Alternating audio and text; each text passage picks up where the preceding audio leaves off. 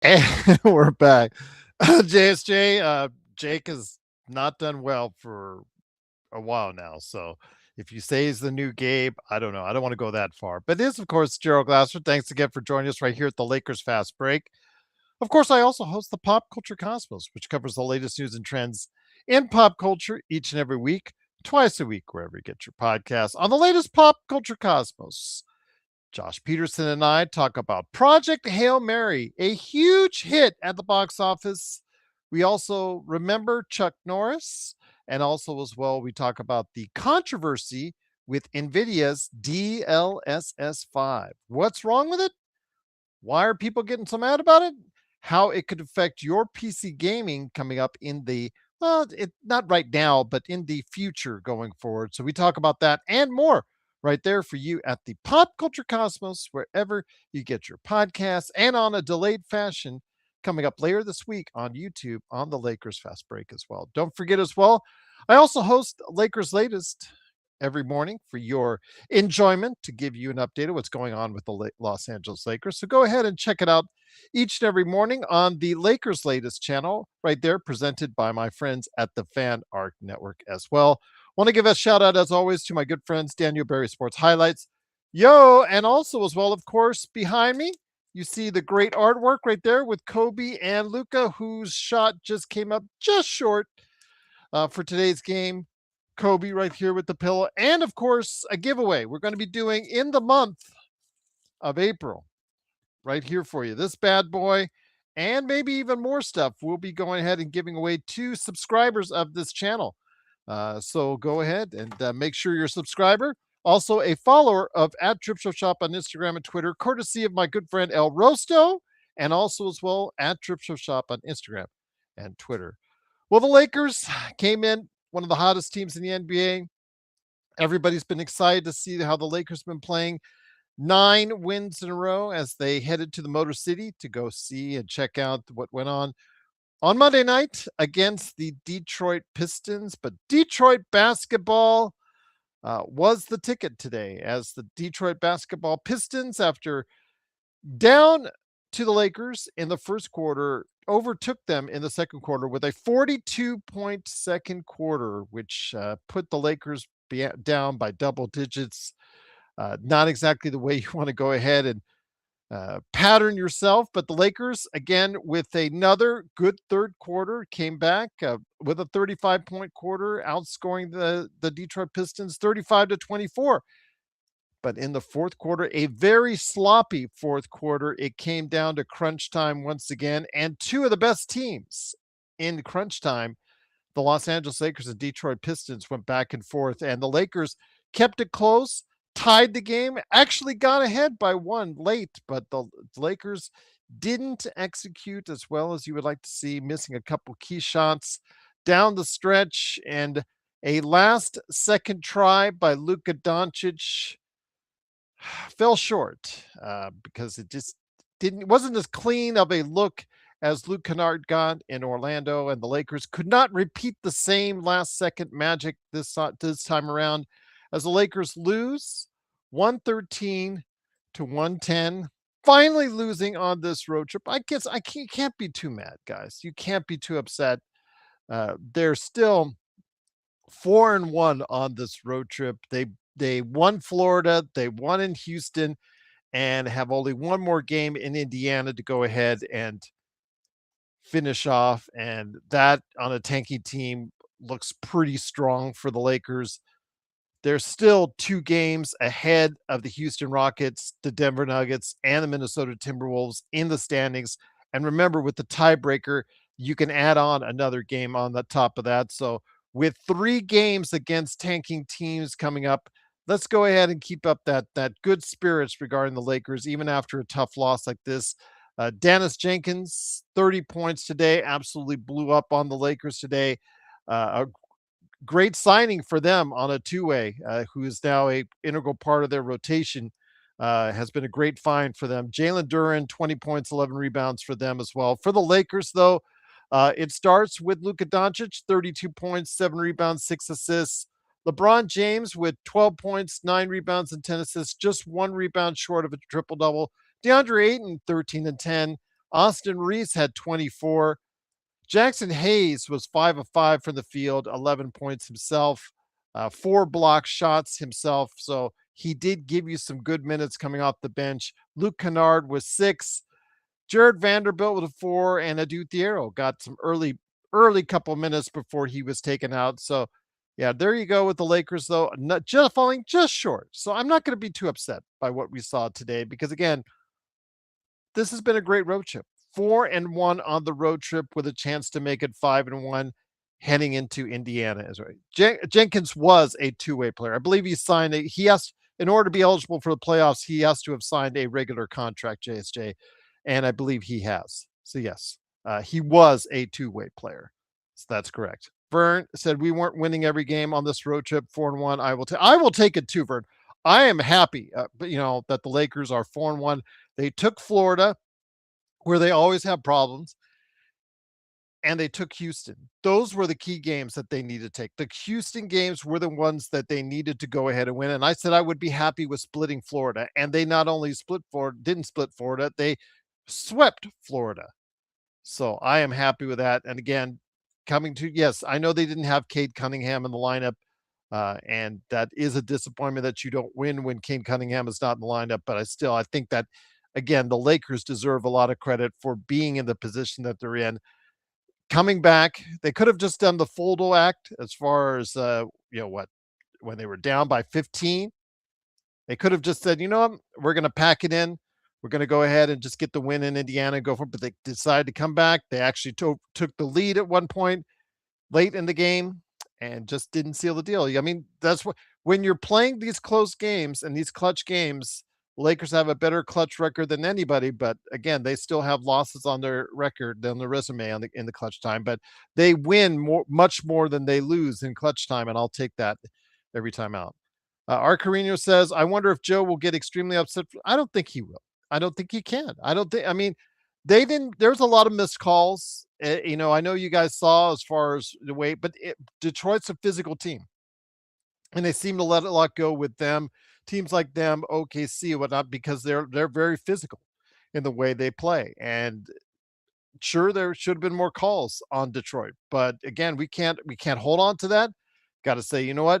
That if they didn't make those calls, they didn't make those calls, and the Lakers had an opportunity to win this game and just didn't get it done. Luka missed a couple shots late. He did miss that one at the buzzer, but he also missed one about a 13-footer, I think is what he missed as well. And the Lakers could not stop Dennis Jenkins coming down the stretch, and that was the key to the game right there. And plus the sloppy play, the turnovers in the fourth quarter. It was just not something that was going to be akin to a win this time around. But again, these are the mistakes that other teams make on the Lakers. Lakers unfortunately didn't had it done to them this time around. Isaac says either get an open look or drive to the basket. We predicted this. Steinbauer says, uh, okay, we didn't get enough stops. Yeah, we just didn't get enough stops. Dennis Jenkins exploited a weakness of the Lakers, and that is that backcourt.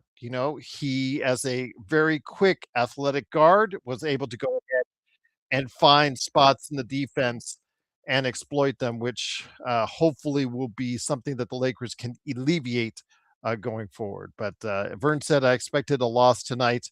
Again, I'm not sad. I'm not sad. I'm not sad at all because, again, the odds say that the Lakers, you can't win all your games. The Lakers had come in winning their last 9 games. They've been unreal. And I'm not sad at all because, again, if you're going to lose somewhere on the trip, this was probably where you would want to lose on the trip. And again, still 4-1 on this trip with a win, hopefully coming on Wednesday at Indiana against a team that's tanking that just lost Ivica Zubac. So hopefully we can go ahead and finish off that. And plus, we've got 3 games, guys. We've got 3 games against tanking teams that are coming up. So we can actually, before we get to Cleveland and before we get to OKC and those games, we can get some wins back in there and pad our record even more. Vern said we just need to win the next 4 games. The Cleveland game will be tough, but we'll see what happens there. But yes, the 3 games against coming up for the Lakers are going to be, you hope they're going to be easy ones for the Lakers, and we will have to wait and see if that materializes. But it starts off with Indiana on Wednesday. That again should be a win. Brooklyn at home on Friday, and then Washington on Monday. The Fighting Lizards, as what Ban McMahon says about them, because of the fact that they were fighting with OKC and they've got a lot of L's on their plate. So the Wizards come up on Monday as well. So yeah, Steinbauer says, yeah, easy schedule looking ahead. Yeah, the next 3 games should pad your record for 3 wins. So hopefully that, yes, let's start a new win streak. You know what? That's the spirit, Isaac. Let's start a new win streak and let's go ahead and make sure we can get those wins right there for you. What's coming up next? Oh, yeah, I have the confidence we can beat Cleveland because we do face Cleveland at home on the 31st. It all depends. Yeah, because that's on the back to back at home. Now, the first game in that is Washington. So let's try and get out front early, make it an easy win, and then come back the next night and see if we can play strong against Cleveland as well.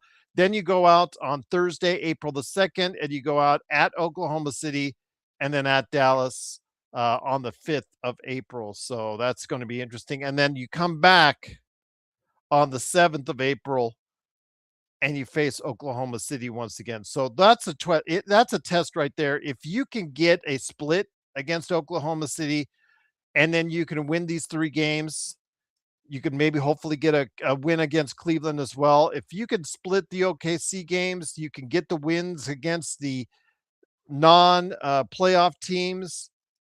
I think you could just count up third for the Lakers without a problem right there. So yeah, definitely looking forward to seeing what's going to happen. Again, I'm not too sad. I'm not too sad at all because again, they've been playing at a great level. And it just, when you get down that far, it's just so hard to maintain a lead after that. But here today to go ahead and discuss today's game is a good man indeed. It is, of course, the guy behind I Got Next Sports Media. It is my good friend, Legend himself. Legend, great to have you here. A loss for the Lakers finally on the docket on this road trip, 4-1. I said, I'm not sad. I'm not mad. I mean, they played physical. Detroit brings that every single time that they play, because that the refs have a tendency to go ahead and let some stuff go. It's just that simple. If you saw it, they were letting some stuff go.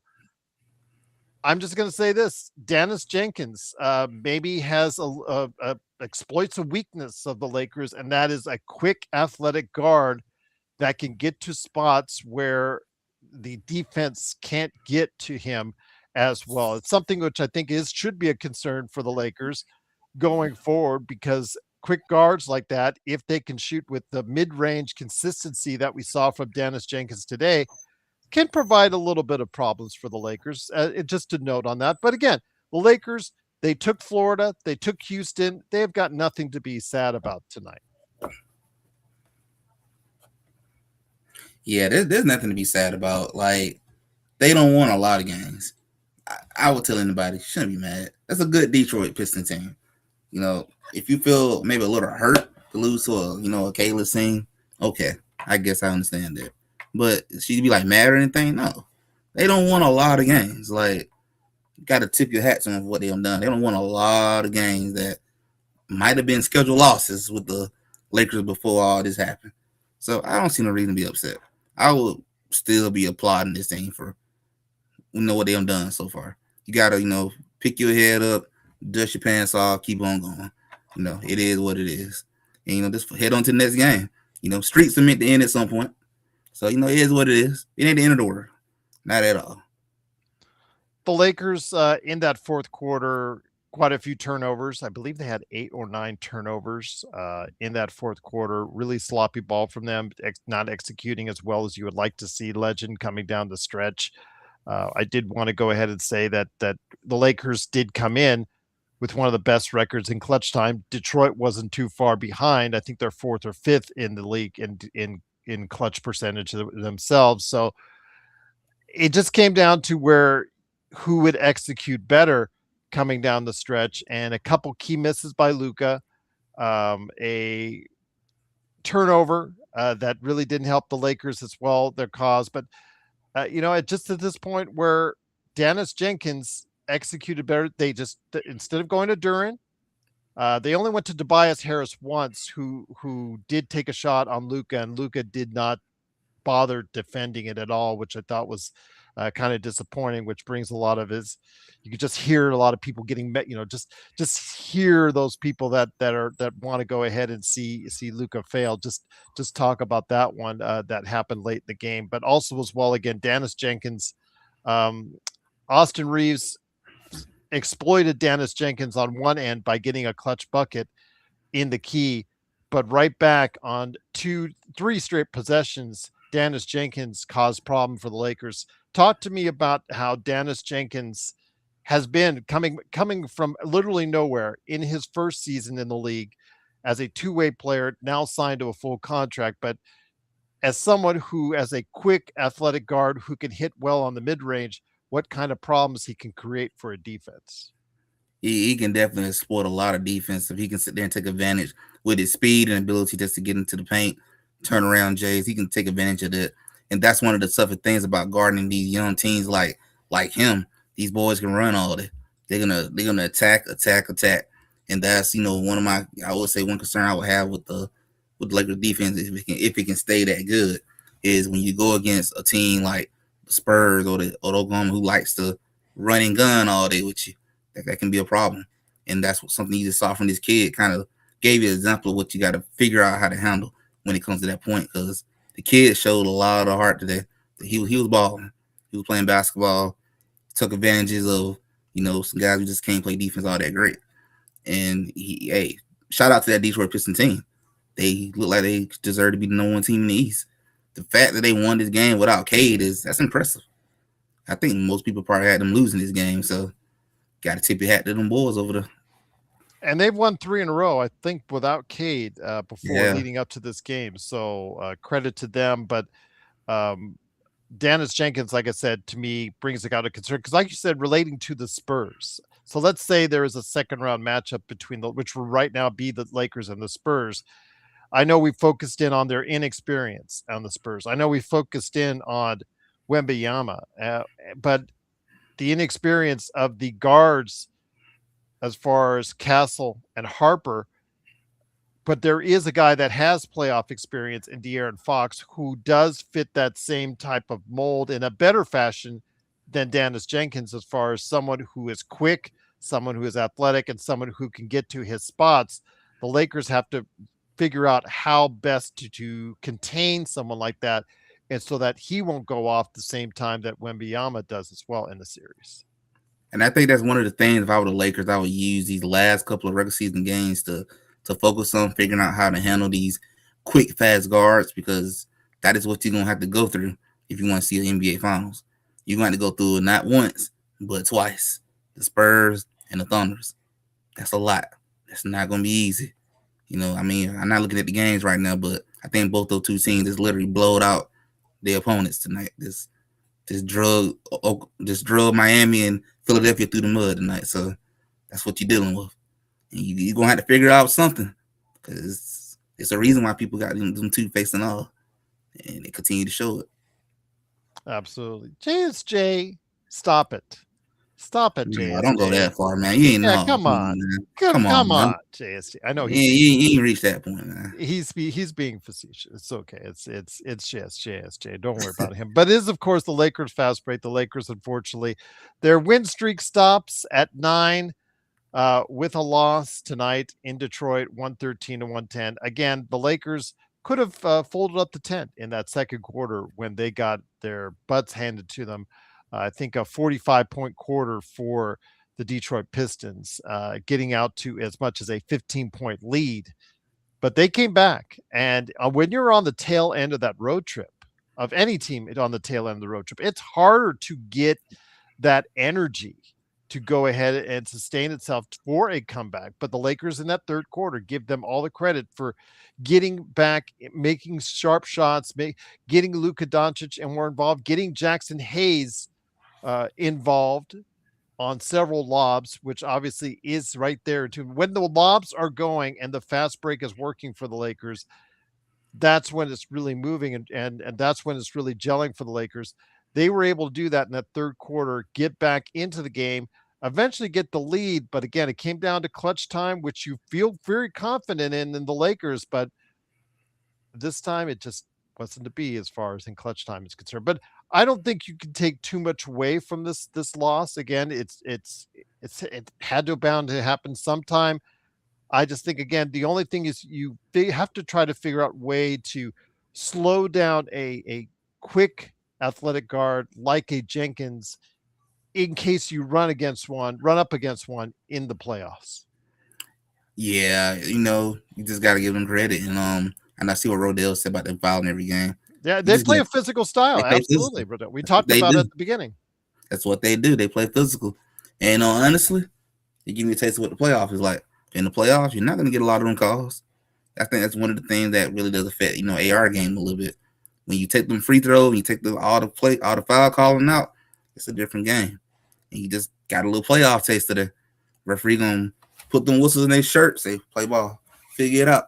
You on your own now, buddy. Ain't no more bailing you out. Figure it out. So you got a little playoff taste of that, and this is how that's how they like to play. Yeah, if you would let them get away with a lot of stuff, they might would be undefeated. Well, and I know Craig said hit your free throws, and I a little late that DeAndre Ayton hit 3 of 4, which is what. Which is pretty good. Well, for him, that's his career average is 74. But we talked about it. I was surprised to find out he's only shooting 60% overall from Oh the free throw wow. line this season. Hmm. Yeah, that's well below his career average, Yeah, and below. he hit 3 of 4. And overall, the Lakers were 84%, Craig. So that's above their normal team percentage. But I get what you're saying. That I mean, you left 5 points on the table if you hit all your free throws. So I get that. I still want to put the key to the game as far as the sloppiness and the Lakers committing 8 turnovers in that final quarter, especially early in that fourth quarter, several turnovers. That I think is the key right there because the Lakers they did get the lead despite it, but they could have had a larger lead and could have sustained it had they just executed on 3 or 4 of those possessions. Yeah, they would have just done a couple things, not turn the ball over, and handle some possession a little bit better. Probably held on to the lead, probably get out this game, probably with a 1 2 point win. But things happen. And that's part of Detroit just play good defense too. They force a lot of those turnovers.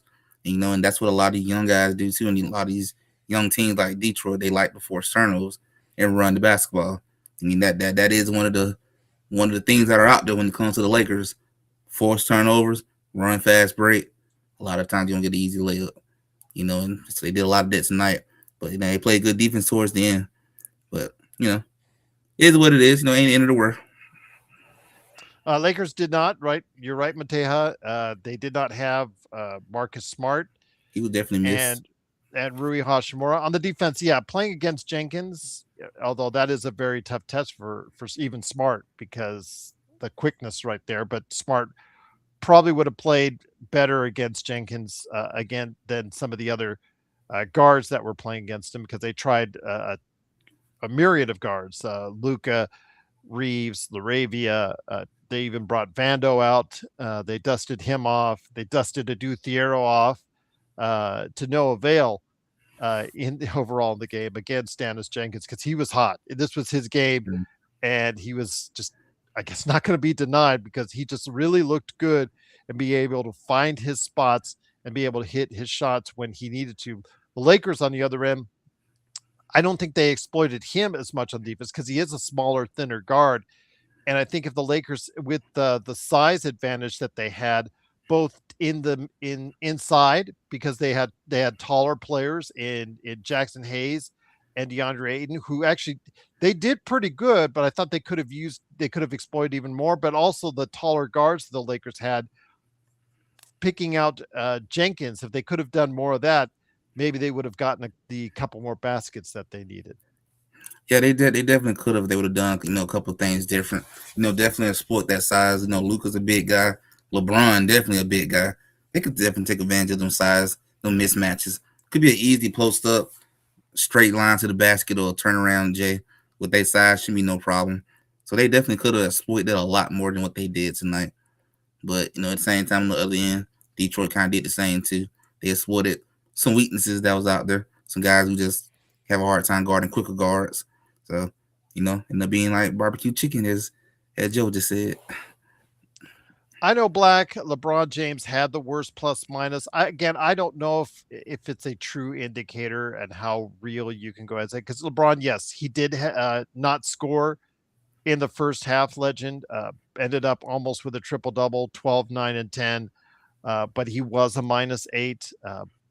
DeAndre Ayton was a -6. Jake LaRavia was a -5. Austin Reeves was a -5. Adu Thiero was a -4 in only his 2 minutes out there on the court. I don't know how really you can, hold 100% to it. I look at it, but I don't fully invest into a plus minus. I know that LeBron James, when he was out there, gave good effort. He in the second half, he was finding people for assists. He was facilitating a lot more than Luka Doncic or Austin Reeves was with more success. So I don't want to hold this on James at this point in time because LeBron James has played so well on this trip. And again, in the second half, he played okay. And he did have four turnovers. Luka and Austin had 3 each.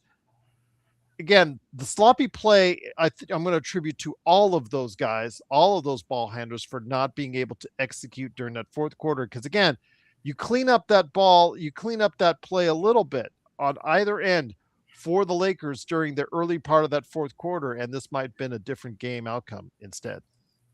Definitely would have been a lot different. Outcome would have definitely been a lot different. And I gotta say, LeBron James definitely played Draymond Green style today. When you look at that stat line, it looked a lot identical to what Draymond was putting up with the Warriors doing our championship run, doing our dynasty. So it definitely reminded me a lot of Draymond in this style out there. But he found ways to get himself really going in the game. It did look a little odd seeing him scoreless at half, but he got himself back into the game and got more into it. But I still applaud the guy. He definitely have really figured out a way to work with his team, and gonna be interesting this off season. See what he does. It will be interesting to see how much. Well, again, I think a lot of it depends on how this team performs in the playoffs. Again, for however much you pay Austin Reeves, do you bring LeBron back? All these questions on these players for the Lakers so that want to opt out or get a better deal or get a deal in the summer.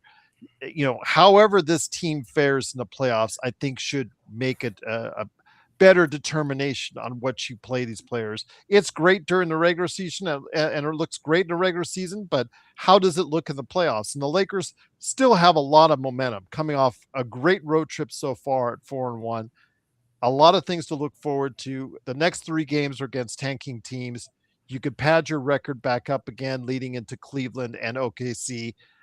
That I think, we'll start seeing a little bit better test as it gets close to the end of the season because the teams are either going to be resting their guys or gearing up for a playoff run in the coming weeks ahead. Yeah, it's getting to that point where a lot of teams are finna start resting up, getting ready for the playoff. It's getting to the point where I think what's Oklahoma finna hit 60 mark soon, 3 more games or so. Spurs be getting close to it too, and Detroit already over 50. A lot of these teams are finna start resting, getting ready for the playoff because it'd be like we only got a few games left. Like, do you really need to play the games? Probably not really, but we'll see what a lot of these teams do. But I do expect Oklahoma and a lot of these teams probably start resting and a lot of these guys gonna probably make sure they hit that 65 threshold first, and then probably gonna start sitting. Don't really care no more. That's funny because El Rosto says get rid of Cardio Kennard. Yeah, with the stats now with the misses, and he was 1 of 5 from 3 today. He is down to 48.6% from 3 on the season. So he has fallen just a little bit from what he was traded at, right around 50%. But that's still, again, and he got the clutch shot in Orlando. So again, the consistent scoring off the bench, I think it needs to be something the Lakers should focus on during the Oh offseason. yes. I would like to them too. Although Jackson Hayes, 11 and 4 blocks, I thought he gave you what he needed to give you when he was out there. But when Jared Vanderbilt, he just doesn't give you. He just not can give you what he needs to give you as an offensive machine. I mean, I noted it that in the first half he drove from the sideline, from the baseline, and he drove to the basket, and and putting up a layup, actually missed the entire rim in doing so. That reminded me shades of Cam Reddish when he was with the Lakers. So uh, it's just hard for, he's just not an offensively adept player. I can get it. I understand it. But Duthero came in and immediately, rookie. I'll say the best on that rookie on both sides of the ball. He passed up an open guy in the 3-point area to try and take the ball himself, and immediately got it blocked, and then came back and committed a foul himself. It again, it's just that the Lakers just don't have many options on the bench That's my other for games concern. like these. As you're coming down to the end of the stretch here, they're heavily reliant on their starters. And Yeah, while it will work in the playoffs, my friend, because you reduce your rotations for to 6 or 7 players, 8 players in the playoffs, it still would be nice to know that there's someone that can produce and make their own offense off the bench. It's just like in legend, like you have in Atlanta, CJ McCollum. Now he's a terrible defender, older player, but the yeah. guy can still fill it up for, and you can get buckets from him. What kind of advantage for that is nice to know as a convenience, that you've got a guy off the bench that can get you 20 in a game. Yeah, you're right about that. It's good to have that, and at least in the playoff, it does shrinks. The bench shrinks down, but that comes back to something that I said early on in the season too. The last several champions, they all won because they had depth. Everybody had depth. Oklahoma, Denver, so on and so forth. Everybody done had depth that have won titles this year, and I feel like that's something you gotta have.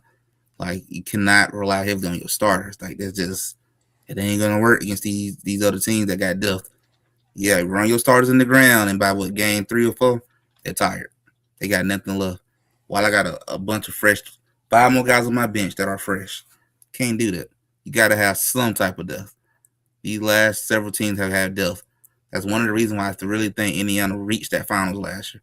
They had depth. They had a bunch of guys they can trust. They can go 10 deep, no problem. You can't do that with the Lakers, not really. You probably got 7, 8 guys you can really trust. Everybody else is, I don't know what you're gonna get. I have no idea what you're gonna get. It's very, very Luca reliant right now. Shouldn't have to be that way, but you just got no choice. And it's what it is. It is It what it is. is, but It it is what could it come is. back to bite you at some point. In the playoffs again, if they go a shorter rotation, which they will, it won't, but it might not. But again, they still have to have some type of bench production, because we saw in the Minnesota series when uh, JJ did not trust his bench at all, to the point where he just played 5 starters a full entire second half. They ran out of gas, and they ended up losing a game that they were ahead in.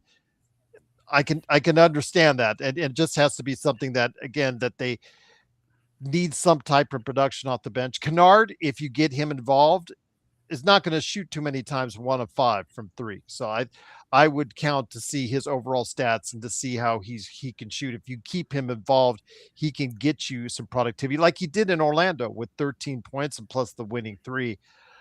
Gregory, just to let you know, Cam Thomas, who was waived today Yeah, by Milwaukee. It's so funny because Doc Rivers, after the first couple of games, compared him to Lou Williams and Jamal Crawford, because he had a couple 20 points games with them. And then now he's gone to the point where he's yeah. He waived. said it off the internet. He said that. Nah. Yeah. So, and then John Horst, the GM, was trying to sell to Giannis that Thomas was a key part of the team's contention ability this season and the future. Yeah, well, that future was waived today. I would have liked him on the Lakers because he can manufacture offense, but that's something obviously the Lakers weren't interested in. They decided to sign Kobe Buffkin instead. They have no more spots. They can't sign anyone. Most they could do, if they had an injury waiver or claim, they could do a 10-day, but yeah, that outside of that, they just can't do anything at this point. So they would have to waive a player, and they're so close to the tax anyways that it probably wouldn't matter at this point. But even if Thomas was signed by a team, he is not eligible for the playoffs at this point. So yeah, That it was is kind of what it odd is. that they signed him just to let him go within that quick. I bet you it was something that he said. I bet you it was something that he's had some issues because his playing time has been inconsistent with the team. Mm. That's how it's going to happen. But Gerald, love your channel, but you have one sensitive moderator putting me on whole day timeouts for saying Luka taking too many shots. How does channel? I appreciate the super chat. Again, I know that our mods are trying to do what they can to support it, but mods, Mark, everyone out there, please, if they disagree with what you say, if Nick T, I disagree with what he says a lot of the time, but I have to respect what he says. He doesn't say anything derogatory about it. He just doesn't care for Luka as much as you guys do. And again, we have to grow the channel, so we have to be respectful of each other in that. And again, if those are Nick T's observations, we call him out on it. And again, but we do it in a fashion where we're not going to and thank you again for the super chat, Nick T. I truly apologize that Mark has done that too. Hopefully, Mark, we can go ahead and try and work with each other instead of try and detract our audience when they don't say something. Because again, if he doesn't like Luka as much as you do, or as much as I do, that's his choice. That's his prerogative. But we don't want to kick him out because of it. We don't want to kick anyone out of it. We want to embrace different opinions on the show, and that's what makes the show what it is. So hopefully we can go ahead and do it. And I understand, I get it, Xbox, but if he wants to go ahead and have differing opinions on Luka Doncic, let him. That's his choice and that's his right. Now, whether you say it's trolling or not is something that we can handle. But if it's not disrespectful, if it's not demeaning in any way to anyone personally, then I think we should just go ahead and try and have a civil discourse with each other. At what point we should always try to have a civil discourse, indeed. So please, if we can try to refrain our regular viewers from getting timed out, it would be greatly appreciated because we're trying to grow the channel as best we can, if we can. But if it does become abusive, I see it and I will know about it, or you can let me know about it, and then we call from there. If you're just mad at him, guys, if you're just mad at a person or an individual because they just don't like Luka as much as you guys like Luka, just let it go. Just turn the other cheek and move on. Just when he scores 60, or when he gets a 50-point triple-double, or when he keys a Lakers 9-win streak, you give it right back to him. That's the best way to do it instead. You don't time people out because it's just we're trying to make an experience here, and we're trying to grow the audience. And again, I understand Nick T's point of view, and I understand Mark's point of view, because it can get frustrating, but we got to allow for differing opinions from here, even if it's not something you want to hear, as long as they're not using foul language, as long as they're not using abusive language. Please, let's just try to work with each other on that a little bit more. That's all I ask. All I ask, indeed. But once again, gotta love being online. It is, of course, the Lakers Fast Break. It is Legend from I Got Next Sports Media. Legend, when you get this, hopefully you will have 200 different comments in the course of a show, whatnot, that you will have to go ahead and monitor like that as well. I'm hoping that comes to you sooner rather than later, my friend. Yeah, I'm gonna try to be ready. Try my best. I know it ain't an easy job.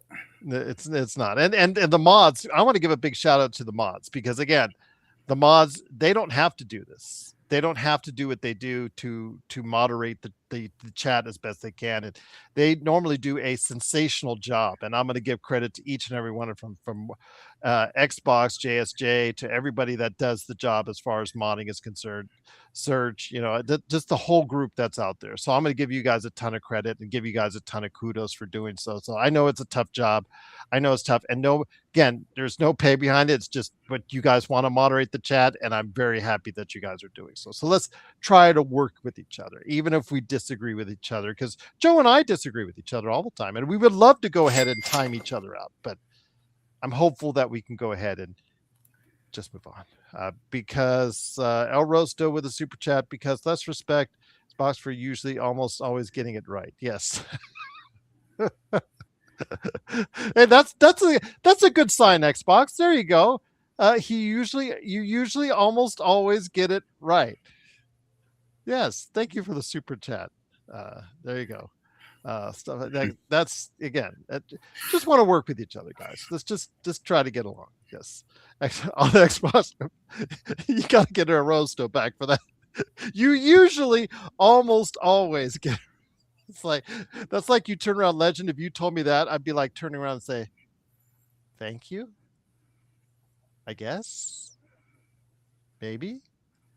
So it is, of course, the Lakers fast break, 113 to 110. The Lakers lose. But again, 46 and 26, Legend in the Western Conference.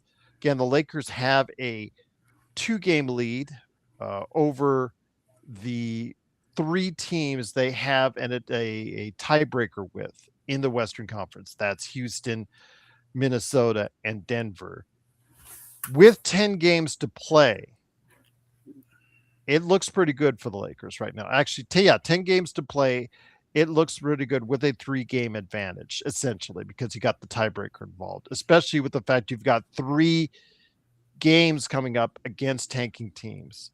I understand you cannot get overconfident, but it's if the Lakers could put away these 3 wins, then they can start thinking about doing something they couldn't do this time last year, Legend, when you were on with this.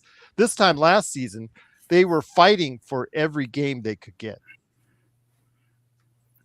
Yeah, during this time last year, you was in war, man. You was in war with these other teams, trying to figure out where you're gonna land and all that. But luckily, you got 3 easy games coming up. This is a good opportunity to start padding up that stat sheet and start getting some easy wins and start closing the door. Like, yeah, you're not getting the 3rd seed. Good luck. Y'all fight for the 4th seed. Y'all fight for that date with the Thunders. We gonna close the door and fight for the date with the Spurs. So yeah, it right now looking like they got a chance to close this thing out. I know Houston been losing most of the game, but I'm not sure what their score look like right now.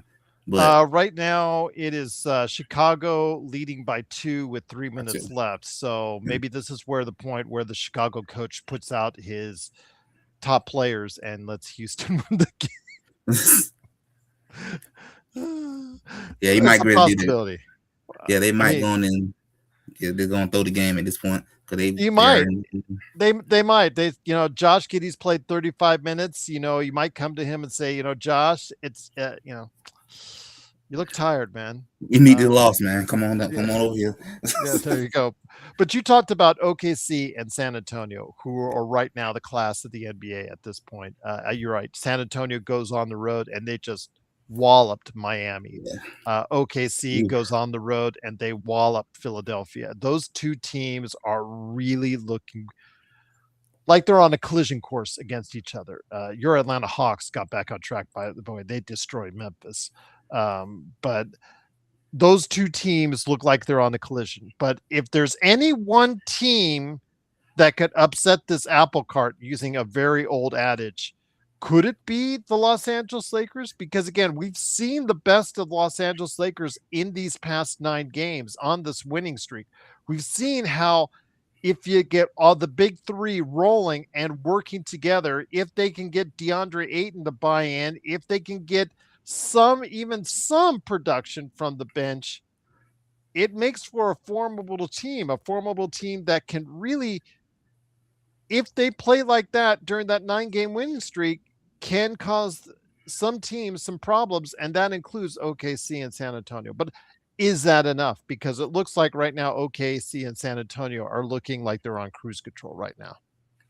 It can definitely cause some a tough series for both these 2 teams, especially San Antonio, with them not having a lot of experience, not being used to handling that type of situation in a playoff setting.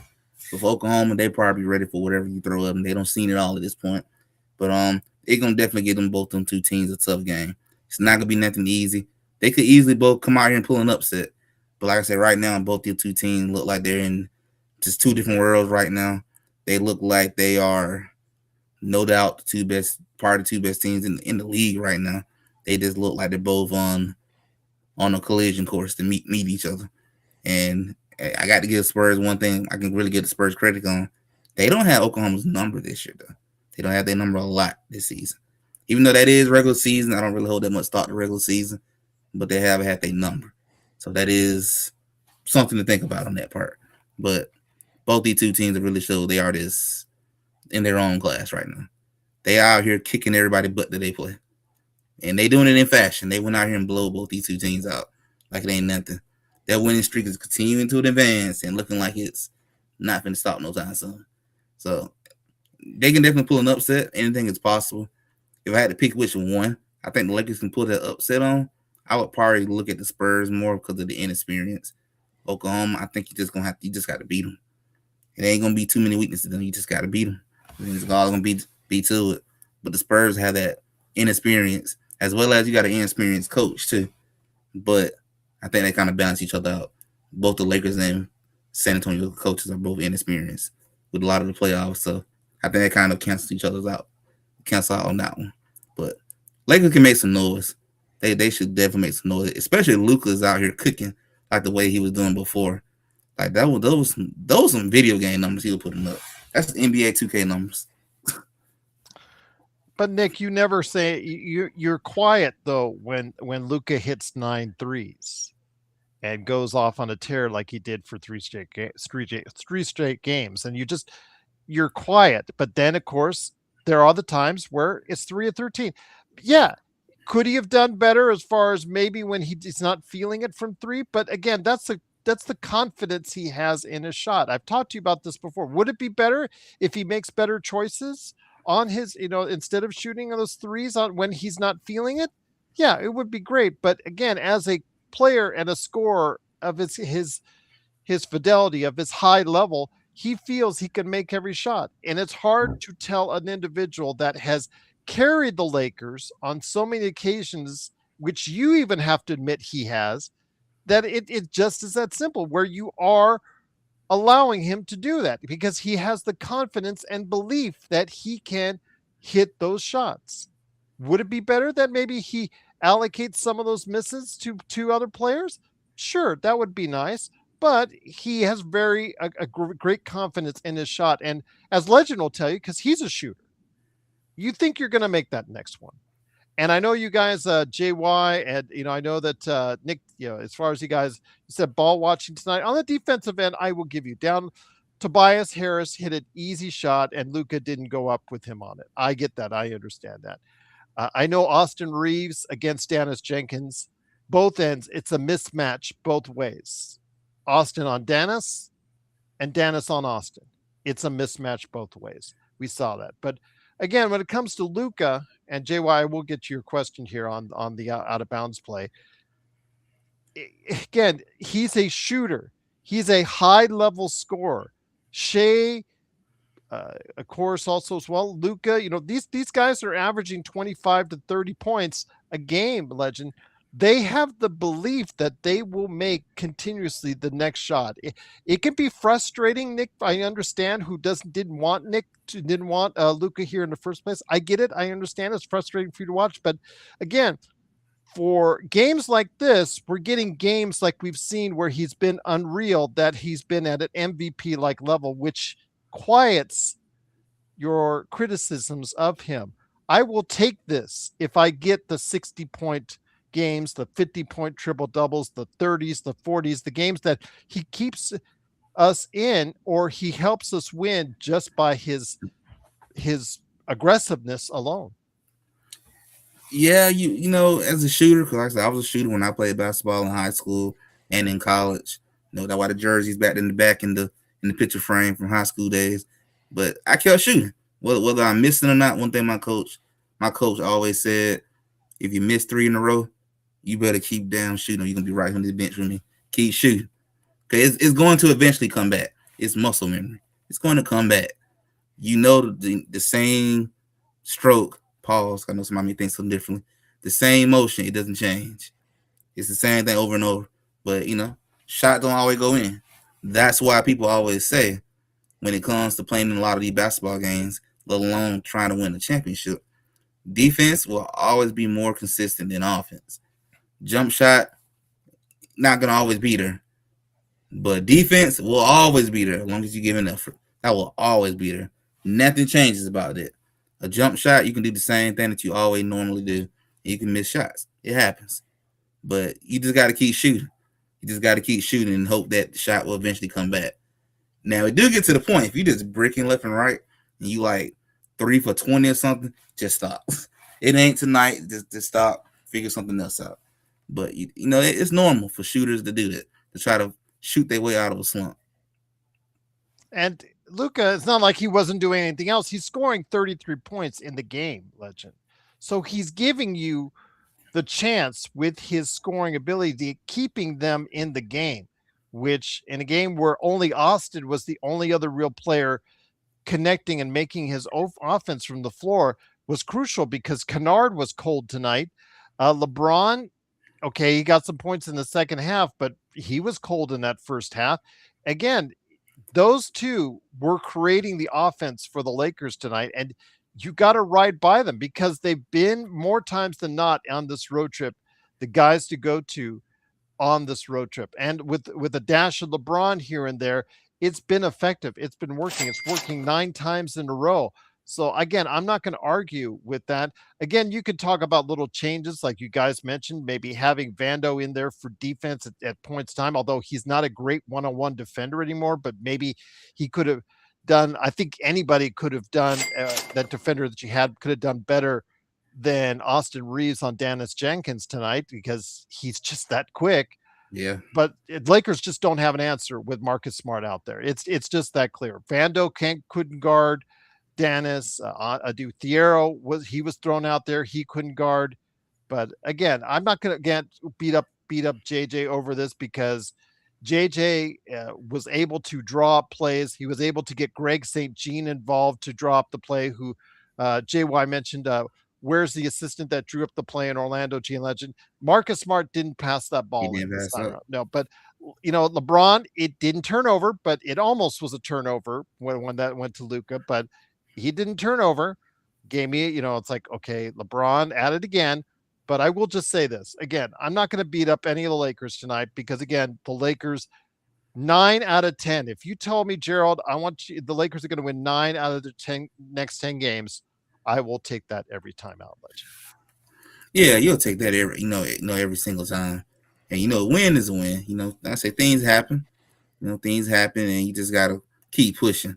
It is what it is. And I know I see a lot of people keep saying why he didn't bring in Vando. Like Gerald said, I'm not getting no offense. It's hard to do that. And that's where you need Marcus Smart, because at least I can still get some offense. If it's an out of bounds play, Legend, I get that. But the one where it was an offense transition from offense to defense, and he was able to get the foul or he was able to score the basketball. But if it's a out of bounds play, I can understand that you do need to get a better defender on Dennis Jenkins because that's where they were going tonight. It was clear Dennis Jenkins was the player that they wanted to go to because Jalen Duren, he doesn't create offense. He's a recipient of their offense. Tobias Harris, it's nice to go to every now and then, but in the clutch time, they went to Dennis Jenkins. It was clear, and the Lakers had no answer for him tonight. Yeah, they just had no way of stopping him, man. He just blowing by, getting easy middies, getting easy layups. Just had no answer to stop that kid tonight. And it just happened. It's just one of the kind of been the tale for the whole season too. They have a hard time guarding athletic, quick guards, guys who like to run up and down the court. They have a hard time guarding that. And, they just had a tough time tonight. And, that's something that if I'm them, take the loss as that's something you got to work on because you know what's in front of you. You have the Spurs in Oklahoma who that's their playing style too. You're going to have to figure out how to guard that. Otherwise, it's going to be a long, long series. I think it's going to be a long series. I think it's going to be a 6 or 7 game series.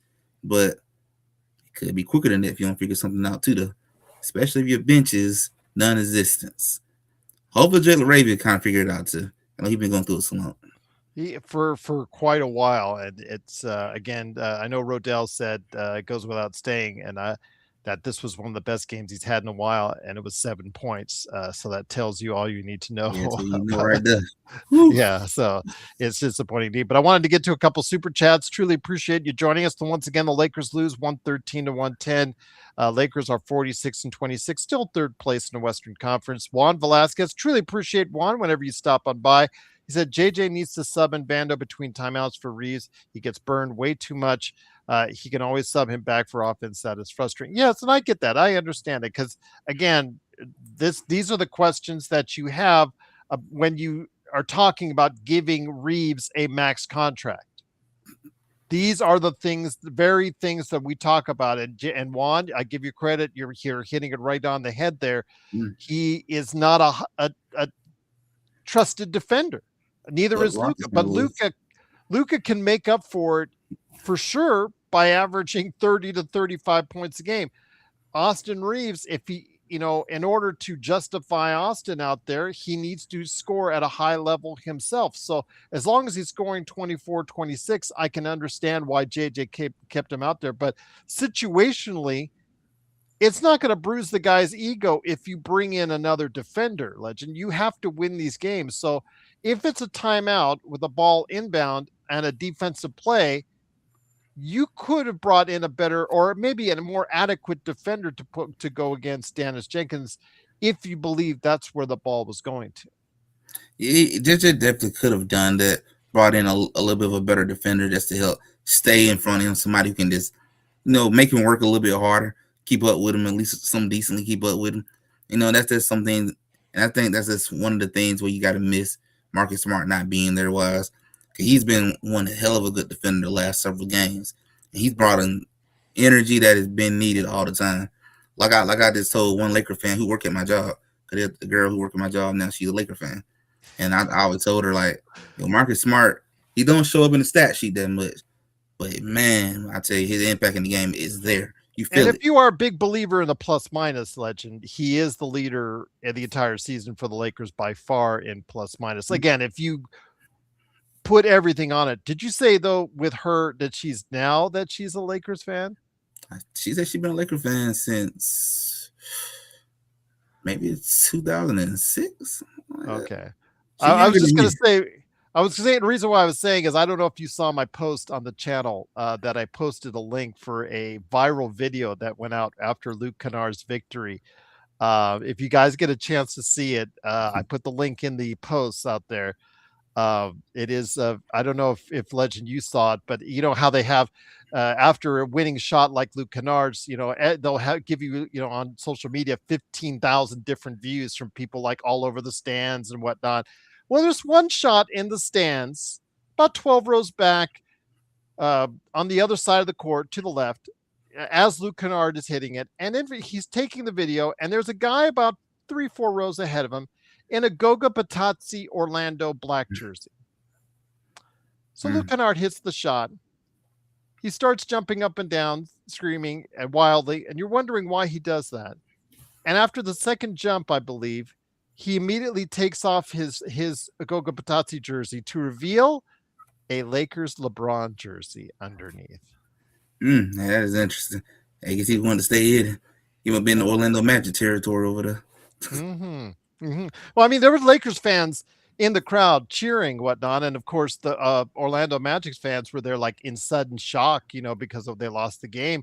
But then there's this one guy in the Goga Batazzi jersey, and it is hilarious because he's and he's immediately taking off his jacket while he's taking off his jersey while he's jumping in the air, and immediately had on one underneath. It's like, somebody's been jumping the bandwagon there. So I'll just leave it at that. I guess he was waiting to see. Let me see they win this game before I do it. It's funny indeed. Again, the Lakers lose 113-110. Stefan Piscano says, Gerald is the Magic Johnson of Lakers YouTube coverage. Thank you. Very kind of you to say. Truly appreciate it. I have the 88 world champion back-to-back shirt I've got hung up on the front side of my office here. I don't know if it's that word. I might be worth something. So, I well, Houston lost now. Houston did lose. Oh, wow. Yep. Okay. I would say we had to win today. Do you think Chicago's happy about that or not? So probably not, but yeah. Again, I just appreciate the fact that the Lakers have won 9 out of 10. They've been really playing at a high level. And again, it's just something that I'm glad to see. The Lakers are continuing to put themselves in a position to get wins. And again, as the best record in the clutch, it's something that you put yourself in that situation where you just got to execute. And more times than not, the Lakers have executed well, but those turnovers, especially in that early in that fourth quarter, they come back to haunt you when you play sloppy ball. And yes, the Lakers did actually gain a lead of 1 point, but you got to remember, as I talked about earlier, Legend, before we head on out, and before you go ahead and let everybody know what you're doing at I Got Next Sports Media, those kind of mistakes, that kind of sloppiness comes back to bite you in the end. Yeah, things, it happens, and it, like I say, it is what it is. You make the game flow the way it flowed, and they're gonna pick themselves up. You got the next 3 easy games, and well, should be easy game. You know how the NBA works. Sometimes these bad teams somehow hang in there for some reason, but it should be 3 easy wins. Finish the season strong. Hold on to the 3rd seed and see how this 4 through 6 battle end up playing out. Might end up getting Houston because, man, they got problems. They really missing Steven Adams and Fred right now. It's clear that they do. It's come back to, you could see them. They thought they could get away with it for a while, and they were playing pretty good basketball for a while. But yeah, it right now it looks like it has caught up to him. El Rosa said it's going to be just like the last time. He's going to get some offers, but few teams that have the cap act. Well, again, El Rosto, some of these teams can, just because they don't have the cap at the time they offer him doesn't mean that if Austin Reeves is interested, let's say Legend is a free agent, and let's say I have 30 million in cap space, but I want to sign him to a $45 million deal. I can move assets based on Legend saying, you know what, I want to come play with you, Gerald. Correct? If they know something's going to go down, they will make the moves to free up cap space. So again, whatever cap space that they actually have, the Lakers or any other team going into the summer, it's not entirely it's not the entire story, Legend, because again, if you make under the deal agreements, or if you get verbal agreements from the player that they want to come and play for you for this amount, and you could make moves to do that and free up that cap space, or sign and trade with the other team as well, the team he's leaving. Yeah, you can do that. You can match it or anything like that. You have a chance to bring him back with the best offer. You're gonna be the only one that can offer him $5 million with a $4 million plus player option. The others ain't gonna be able to do that. It's gonna be pretty much straight $4 million flat. So it's the Lakers gonna have to really decide about how you want to go after Reeves. Reeves say he want to be a Laker. That's what he want to be. But I think the Lakers got to realize he's not just gonna take anything either. I think Reeves at this point no, and I highly doubt his agent gonna let him sit there and be like, "You're not gonna cheat yourself, son. You don't earn your money this year. Go make your money." And teams like, I don't know, Utah, maybe Houston or whatever, they're gonna be more than happy to write that check if they want to. So you're gonna have and to if there's a probably bidding war, Legend, that could be a problem as well, because again, 4 years for 180 from another team, 5 Ooh. years, 240. Is it 241? I think it's 5 years. Too much Reeves to me right there. Yeah, it's again, it's a situation where he can earn himself a lot of money, and if the bidding goes into a certain direction, you also have to weigh in. Let's say a Florida team, Legend, or a Texas team comes calling. Ooh, man, tax free too. Tax free. You have to consider these things. Yes, he wants to be a Laker. He wants to pal around with Luka, et cetera, et cetera. But I got a great comment. I want to give a shout out to Aaliyah, who watched, who actually read my post from a couple weeks back just recently, and he talked about that he loves Austin. He's a big Lakers fan, but a 5-year max contract for a 28-year-old with no accomplishments is crazy. 3 years, 100 million is fair. It might be fair to us, and it might be fair to you too. But again, it's whatever the market demands. And being that he's the marquee free agent, he may not. It's just like Zachary Richer. Zachary Richer in a lesser draft was the number 1 draft choice. So more teams were interested in him in that year, maybe more than they should. Not The anymore. Lakers, Austin Reeves is the marquee free agent in a weak year for free agency. It's just that simple. So he may get more demand based off just that fact, Legend. He definitely might get more more demand based off of his play this year. And I definitely think the playoff will really determine exactly how things going to go because he's always shown up in regular season. It's always been the playoff where it just falls apart and not getting them calls anymore, and it starts to show. You rely very heavily on them calls, but regardless, though, I think some teams are going to pay up even whatever he do in the playoff. I think some teams are going to be still willing to pay big money. And I guess for the Lakers, what you really got to worry about is, Lord forbid, somebody pay this guy a crazy amount of money, and now you're going to have to make a decision. Do you match it, or do you let him walk? You don't want to let him walk. That's a disaster. You probably going to have to do what you don't want to do and have to match it. Pay more than what you really want to. And I know a lot of people probably ain't going to like that part, but you can't let him walk for nothing. That's a disaster if you let that happen. Because I agree with Juan. It would have been great if you got a better defender on Dennis Jenkins. Yeah. Absolutely. But you saw the best and the worst of Austin Reeves in that final minute, Legend, because you saw him back down Dennis Jenkins and make that shot, the last bucket I think the Lakers got. And then on the other end, you saw him give up 2, if not 3 straight possessions against Dennis Jenkins, where he gave up points or a foul was committed on Dennis Jenkins. So that took him to the free throw line. And that kid just calmly made his free throws. Got to give him credit. He went up there, made his free throws like they were nothing. And they shot over 90% as a free throw. I mean, the Lakers above 80%, 84% from the free throw line. Yes, Craig, you're right. They should have made more free throws. Would have been great, but that's above their team average. Detroit shot over 90% from the free throw line, and they didn't get as many opportunities. So again, they did the most what they were given, and again, you got to give them credit to they won. They won without their best player. The Lakers, again, give them credit for coming back into this game. Third quarter, they were amazing getting back into this game. They got the lead late in the game. I thought they were going to pull a rabbit out of the hat once again in the clutch, but it wasn't meant to be as the Lakers lose 113 and 110. But again, I'm not mad. I'm not sad. I'm not doing a rant. I'm not doing anything like that because, again, the Lakers have won 9 out of the last 10 games. Mm-hmm. I will take that. Yeah, I will take that. Go ahead, my friend.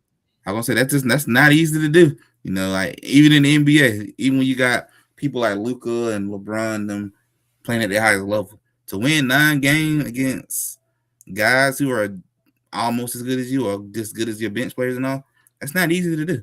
A 9-game win streak is not easy. So salute to Detroit. That's a hell of an impressive win for them. They the number 1 team in the East, folks. They ain't trash.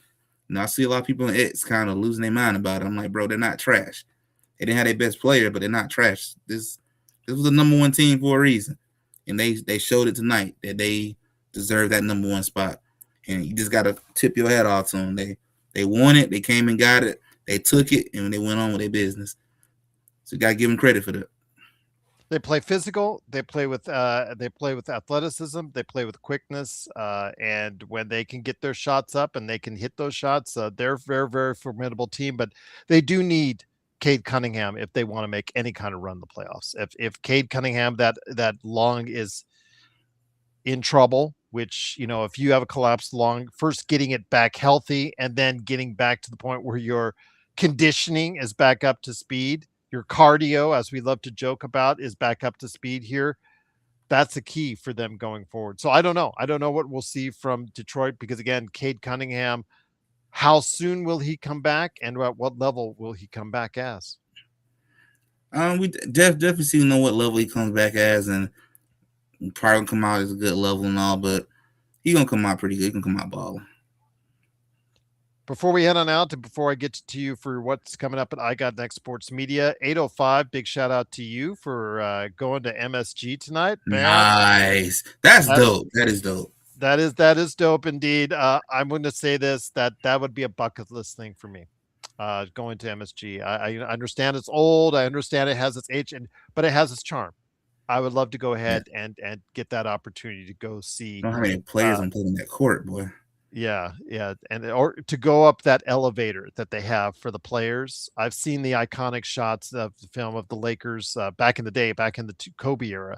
They go up that iconic like freight elevator that gets them up to the court level as you go on. Yeah, that just to experience all that at MSG, I would be just envious to do. So yeah, absolutely 805. Big shout out to you, my friend. But before we head Big on shot. out and before I go ahead and I give you guys an update on what I'm doing, let's hear what Legend is doing because I appreciate all of his time. It's still 11, almost 11 o'clock where he's at. Legend, what's going on, my friend? As I always appreciate you stopping by. It's kind of nice and quiet and peaceful tonight. I wonder why. I wonder who wasn't on this show tonight to go ahead and, huh? Wonder who. Hmm, I don't know. I feel like I'm missing a couple guys. I don't know who. But all right. Anyways, Legend, what's going on with I Got Next Sports Media? I'm definitely gonna talk about the Lakers tomorrow, and I'm gonna talk about the MVP battle that's going on right now. Probably the most interesting MVP battle we don't seen in a good little while. And then I'm probably gonna talk about how South Carolina girls are just looking dominant once again. This winning gave USC a pretty bad loss, Yeah, but absolutely. it was pretty bad. But other than that, we're gonna talk about the NCAA tournament a little bit tomorrow as well to wrap up the show. No juju, no juice for Yeah, the SC you can Drones. tell she wasn't there.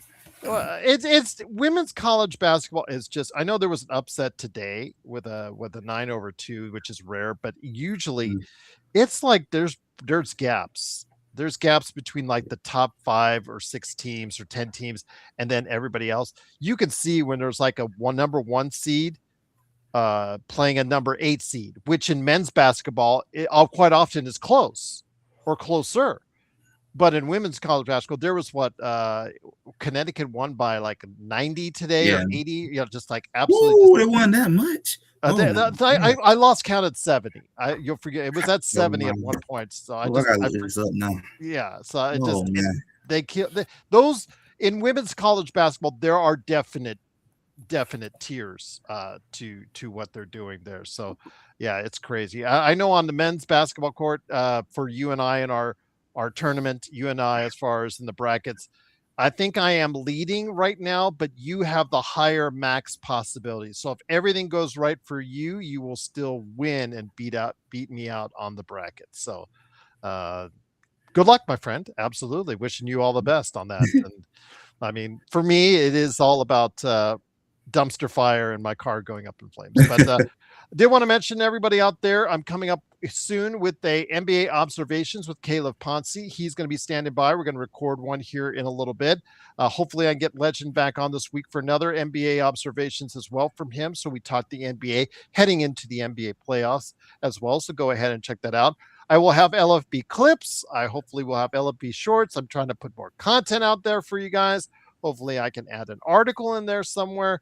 I'm trying to do what I can for you guys as far as putting stuff out there. I also put a Cosmos out, the PC Multiverse out this morning for members. If you're a member at $2.99 a month, I've already put out a Cosmos that is for you guys out there, which I'll introduce to everyone else there this week. So Xbox show coming up too. Coming. That's coming out, the third-party showcase later this week for Xbox. And PlayStation Network is going to die a horrible death within the next year. So, yeah, definitely got to talk about that sometime in the future, indeed. But again, Legend from I Got Next Sports Media, please go ahead and like and subscribe. And again, I also do Lakers Latest. That is also coming up every morning for you guys for your Laker intel as well. So, guys, chill.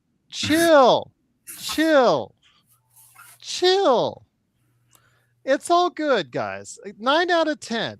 Be happy with each other. Nick T, Xbox, just peace and love, man. We're all Lakers fans at the end of the day. Oh, Legends not, but we're all Lakers fans at the end of the day that are in the chat for the most part, unless Vari's there, because Vari is Indiana. Well, let's just all,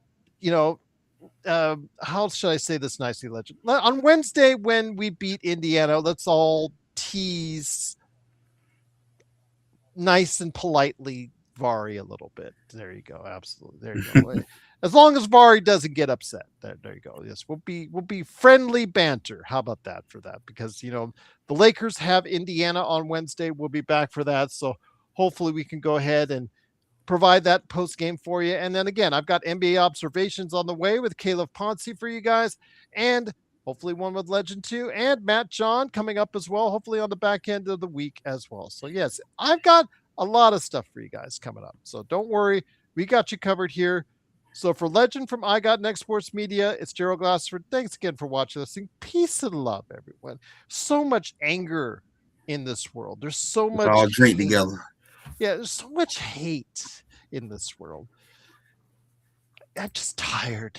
I'm just tired, and I just want to just enjoy and take in. And this 9-game winning streak, Legend, I'm going to be honest with you, like you with your Atlanta Hawks on their when they went on their 11-game win. It's just a diversion, because I know that our significant others sometimes they go like, why do these guys go so deep into sports or Ooh, other that's my things that girlfriend right now. yeah, it's just why do we it's an escape for us from Mm-hmm. the real world sometimes. And when the Lakers went on this 9-game winning streak, it was, you know what, I'm not mad that the people were commenting less, Legend, that people were not commenting as much. People, when this team loses or looks shaky, everybody comes out of the works and says something. And again, I have to respond to literally hundreds of comments sometimes in a week. And when they're winning like 9 games in a row, everybody's happy. And I kind of like that. And I know in Atlanta, that was the same thing as well when you guys won 11 in a row. It just feels good, and it just makes your day that much better. And I know that we shouldn't take sports so seriously as far as but it does affect us in how we see our lives at times. It's kind of why I told someone at my job, they know I be supporting Atlanta and Golden State. I'm like, but with Atlanta Hawks, I don't expect the team to win no championship this year. But if you just won round one, I can live with it. I'm excited about it. That is a win to me for this season. I will take that. Whatever happened after that is what it is. So I know everybody get upset and stuff when you lose games and all that. I understand with Lakers history and all that, but if they won 9 games in a row, it's okay. It happens. Now go out there and you go beat the sorry Pacers. Now you lose to the Pacers. All right, now you should be upset because that's unacceptable. But this okay. Detroit's a good team. They're not a horrible team. They're not scrubs. Although, Stefan, you might want to cover your ears. Dennis Jenkins was on a 2-way, and he was some that was out there that could have been picked up with the, like Legend with the Atlanta Hawks could have picked him up, or the Golden State Warriors could have picked him up, or could have been picked up by the Los Angeles Lakers, because the Los Angeles Lakers are getting nothing from the back end. I mean, we saw Adu Thero come in today, and the kid was just overwhelmed. He just had a sign on his shoulders said rookie. Go ahead and get at me. He tried hard, but yeah, it was just deers caught in the headlights as far as both lights too big for him this stage. Yeah, and I just felt bad for the kid, because this is something that, okay, you put him out in something like this, which is what people have wanted, what I've wanted, is to see what this kid looks like, because Maxime Renaud is killing it, and I'm sure everybody hates the fact that I'm giving praise to someone that was picked by the Sacramento Kings after Adu Thero, and I want this kid Thero to succeed, and he was put in a position today where he could have succeeded, but it's just the fact that you don't do it up until the 70th game of the season, or excuse me, the 71st game of the season. It's hard for that kid to come at the NBA level and do this. I mean, the G League is a different story than the NBA. It's just that simple. You see it now. These kids that are scoring 20 to 25 to 30 in the G League, it's just, you don't duplicate that quite often in the NBA, my friend. And again, I just, it's so hard to see Adu Thero struggling like this and not getting any time. And when he gets this rare opportunity, he can't make the most of it. It's sad because, again, there's another rookies on other teams, Diawara in New York, and Caleb Love when he was playing for Portland, and others, Will Richard in Golden State was drafted after Adu Thero, and those guys are getting opportunities and making the most of it. Yeah, them guys is capitalizing on what they got. A lot of these guys know that this is your best opportunity to try and earn a long term spot on this team, not just this season, but even possibly next season. A lot of these guys are playing for jobs next year. So a lot of these guys are gonna come out here and give you everything they got. And that's what you want to look for. Guys who are playing this way. Like look at that kid from Detroit. Went from a two-way on the roster for the rest of the season. Most likely, a guarantee, they're probably gonna bring him back for next year after what he done so far this year. Those are the type of guys you want. You want them guys who are looking for that opportunity. Those type of guys are gonna give you everything they got, heart, blood, everything. They're gonna leave it all on the court. Them type of guys that you want. But it's a hit or miss with these young kids. You don't always know what you're gonna get. It's a hit or miss. And just to finish this off, this conversation off, again, I don't blame JJ for putting Thiero in because that's what I wanted. That's what everybody wanted was to see this kid in competitive minutes. It's just sad that he comes in the 71st game and doing so. But excuse me, sorry. Vando had come, like I said, that did that baseline move that he drove to the basket from the baseline and it didn't hit the rim. Looking shades of like Cam Reddish on the Lakers when he was doing so. I mean, that's what happened just before Thiero came in. So JJ understands that, the reasons why Vando had been sitting on the bench and had been out of the rotation for quite some time were apparent on today's game. He gave you hustle, he gave you energy, he gave you rebounds, he gave you pretty good team defense, but offensively, it's just hard. It's just not something he can do at a consistently high level, which is the reason why he's been sitting down all this time. So again, that's and then when he did that, JJ was looking down the bench to see if anything, and I know that he's been playing okay at the G League level. So you got to give it a try. You got to give it a try this late in the season, see if you have anything, and if the kid had any momentum coming up from the G League, and it just didn't click. But that doesn't mean he should not ever get a try again or an attempt again, especially with 3 tanking teams coming up. This is the time when you need to go ahead and utilize a large portion of the roster and play your big guys a little bit less. Yeah, this part, this play what you got, win a lot. You need to win these last couple of games that you got. Close the season out strong. Houston just lost tonight. So I mean, at this point, it's probably looking like the only team that might try to give you a run is maybe Denver. But at this point, you should hold on to the third seed. Just finish strong, do what you got to do. And you don't have to worry about anything at this point. Get to the point where you could start the rest of the guys to get ready for the playoff, and maybe see what you can get off your bench toward the last couple of games, and see is there something you can get from somebody going into these playoffs, because you can't just be your starters. Like, I know we shrink our bench down some, but you need something from them.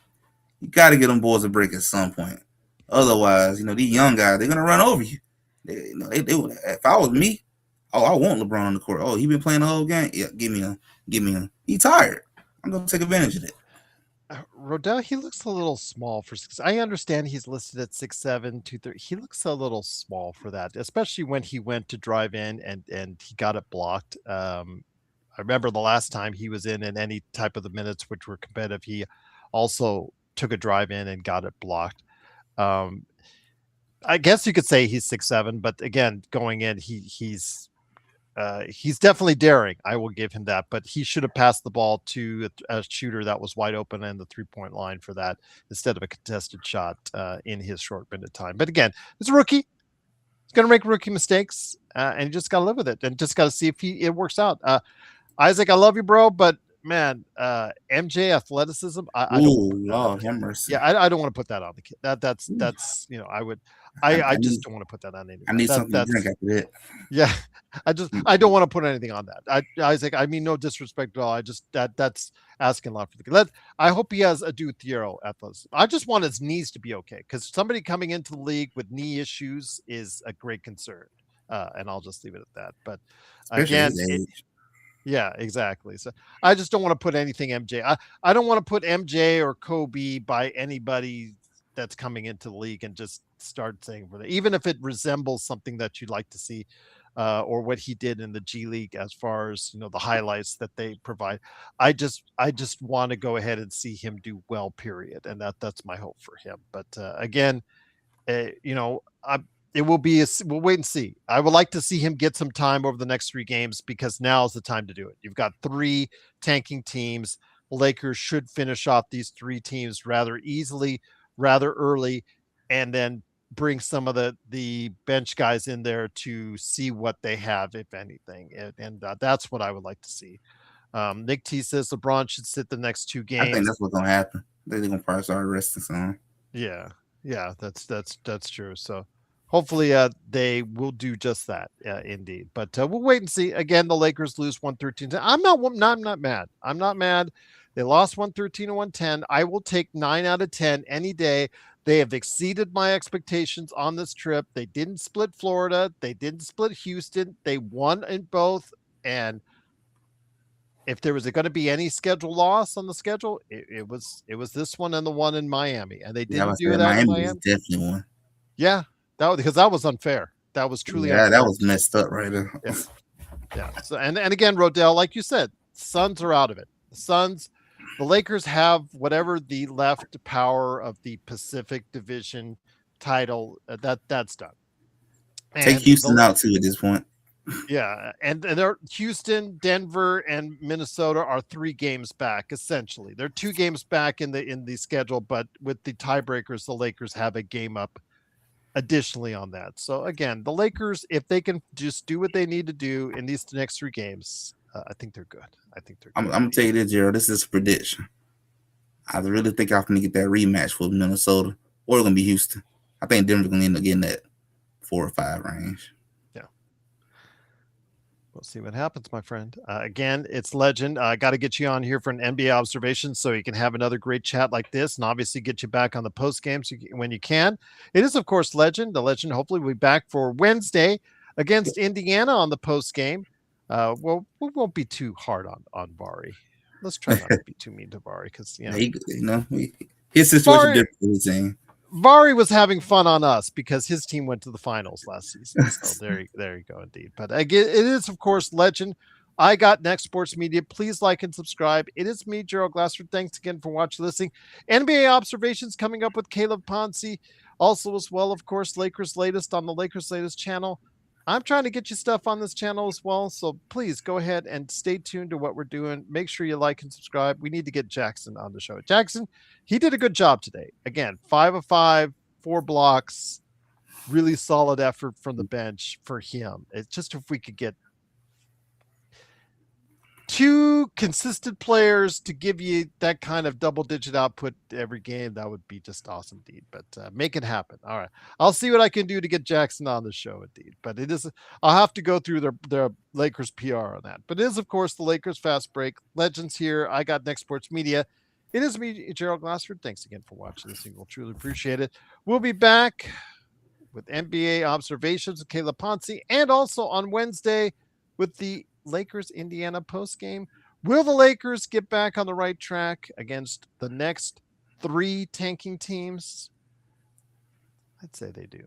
Let's get them back on the golf course. Let's get them back on the golf course tomorrow, and then we'll see what happens the next day, because they played golf on Sunday. They played golf in Florida. They're loving golf. They're coming closer together, guys. They're working and playing together as a team. It's good to see. Let's hope they keep it going. Let's hope they get back on the winning streak on Wednesday, and let's hope you can keep on tuning into what we have for you each and every time out right here at the Lakers Fast Break Podcast.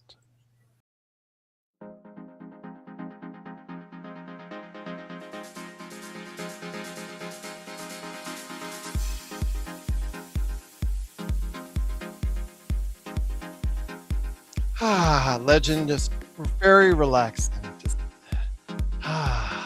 wonder why. Oh yeah. Oh, maybe it was because Mark wasn't here. But Mark is great. Mark should be on here all the time. Oh, that's right. Joe and John weren't here. Wow, I completely